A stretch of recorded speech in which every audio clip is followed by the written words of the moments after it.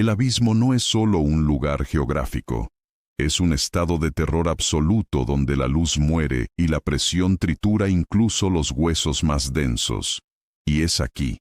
en la zona hadal más profunda del Pacífico, donde el destino ha decidido cruzar dos líneas temporales que nunca debieron tocarse. El megalodón, el Otodus megalodon, reina en nuestra memoria colectiva como el ápice de la evolución biológica marina. Una bestia de 60 toneladas impulsada por una mandíbula capaz de ejercer 18 toneladas de presión por pulgada cuadrada, un depredador que durante millones de años no tuvo rival y que convirtió los océanos en su buffet personal, alimentándose de ballenas y monstruos menores con una eficiencia escalofriante que aún hoy hace que los científicos miren el horizonte con respeto.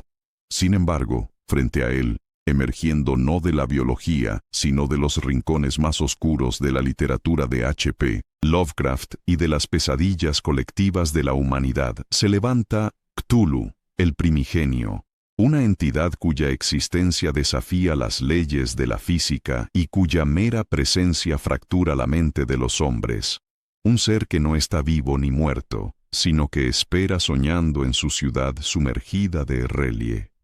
La batalla comienza cuando un grupo de megalodones, empujados por un cambio errático en las corrientes térmicas, se adentra en aguas que no figuran en los mapas modernos, donde el agua no es azul, sino de un verde aceitoso, y el silencio es tan pesado que parece tener pulso. El primer megalodón, una hembra de 18 metros con cicatrices de 1000 batallas, detecta una vibración que no proviene de una presa orgánica, sino de una estructura geométrica imposible que se eleva desde el fondo del mar, edificios de ángulos no euclidianos que parecen moverse por sí mismos. De repente, el suelo oceánico tiembla y una nube de sedimento negro bloquea la visión, pero no el instinto. El gran tiburón siente el desplazamiento de una masa que hace que su propio tamaño parezca el de un parásito insignificante.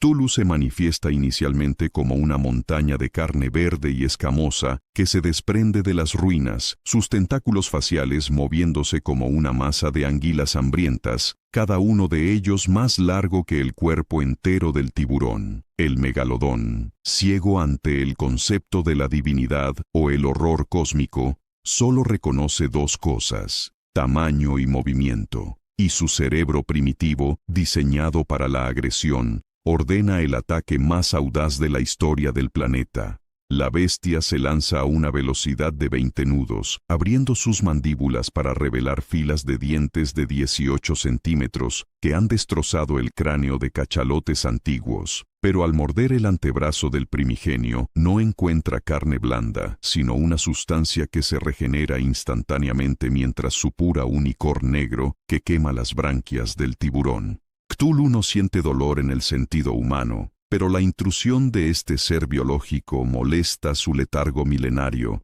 y con un movimiento que desplaza millones de toneladas de agua, lanza un golpe que crea una onda de choque sónica capaz de reventar los órganos internos de cualquier criatura en kilómetros a la redonda. El megalodón es lanzado hacia las sombras, pero su resistencia es legendaria. Su esqueleto cartilaginoso absorbe el impacto y vuelve a la carga, esta vez buscando los ojos de la entidad, que brillan con una inteligencia malévola y antigua que ha visto el nacimiento y la muerte de galaxias enteras. Mientras tanto, la atmósfera del combate cambia, el agua comienza a hervir no por calor, sino por la energía psíquica que emana de Cthulhu, quien comienza a expandir sus alas membranosas, creando remolinos gigantescos que succionan todo hacia el centro del caos. El megalodón intenta una táctica de flanqueo, utilizando su coloración dorsal oscura para camuflarse en la penumbra del abismo, lanzando ataques rápidos, morder y soltar, una estrategia que le funcionó contra las ballenas de la época del Mioceno, pero Cthulhu empieza a manifestar sus habilidades trascendentales, alterando la gravedad a su alrededor para que el tiburón nade en círculos sin sentido, desorientado por una geometría que su cerebro no puede procesar. Los tentáculos de la deidad se extienden como látigos cósmicos, atrapando al megalodón por la cola y sacudiéndolo contra los pilares de obsidiana de R'lyeh, provocando que la sangre del depredador manche las aguas sagradas del primigenio. Pero el megalodón no lucha solo. La perturbación ha atraído a otros de su especie, una manada de fantasmas del pasado que atacan desde todos los ángulos, convirtiendo la batalla en una carnicería multitemporal donde la biología más perfecta de la Tierra intenta devorar a un dios de otra dimensión. Cthulhu, irritado por estos insectos acuáticos, emite un rugido que no se escucha con los oídos, sino que resuena directamente en el ADN de las criaturas, provocando que los tiburones entren en un estado de frenesí caníbal, empezando a atacarse entre ellos mismos bajo la influencia de la locura que emana de la cabeza bulbosa del gigante. La hembra alfa, sin embargo, resiste por un momento más,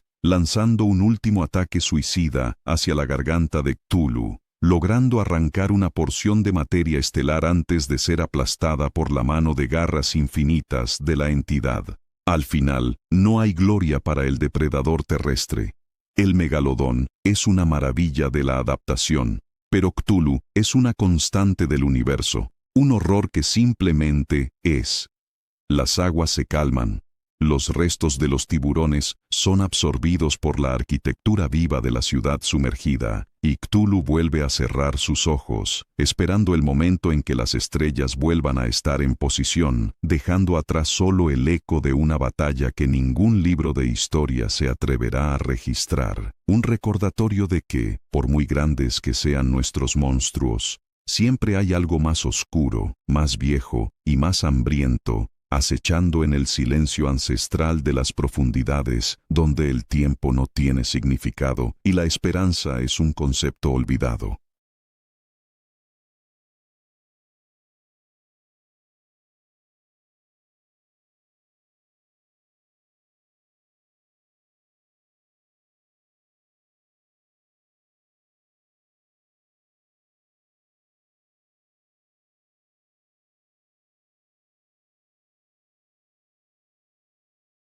El megalodón, el rey de los mares, fue solo una sombra fugaz ante la eternidad de aquel que duerme bajo las olas,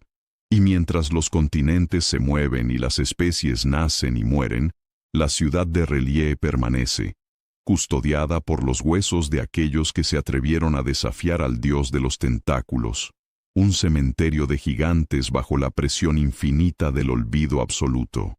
Esta confrontación nos enseña que la fuerza física tiene un límite, pero el horror de lo desconocido es infinito, y en el duelo entre el diente y la divinidad, el diente siempre termina astillado contra la piedra de la locura. El mar guarda ahora el secreto de cómo la mayor máquina de matar de la naturaleza fue borrada de la existencia no por un rival superior, sino por una entidad que opera fuera de las leyes naturales, dejando el océano en un silencio sepulcral que solo es interrumpido por el murmullo de las corrientes que pasan sobre los restos de lo que una vez fue el dueño absoluto de los océanos, ahora reducido a una nota a pie de página en la crónica del vacío cósmico.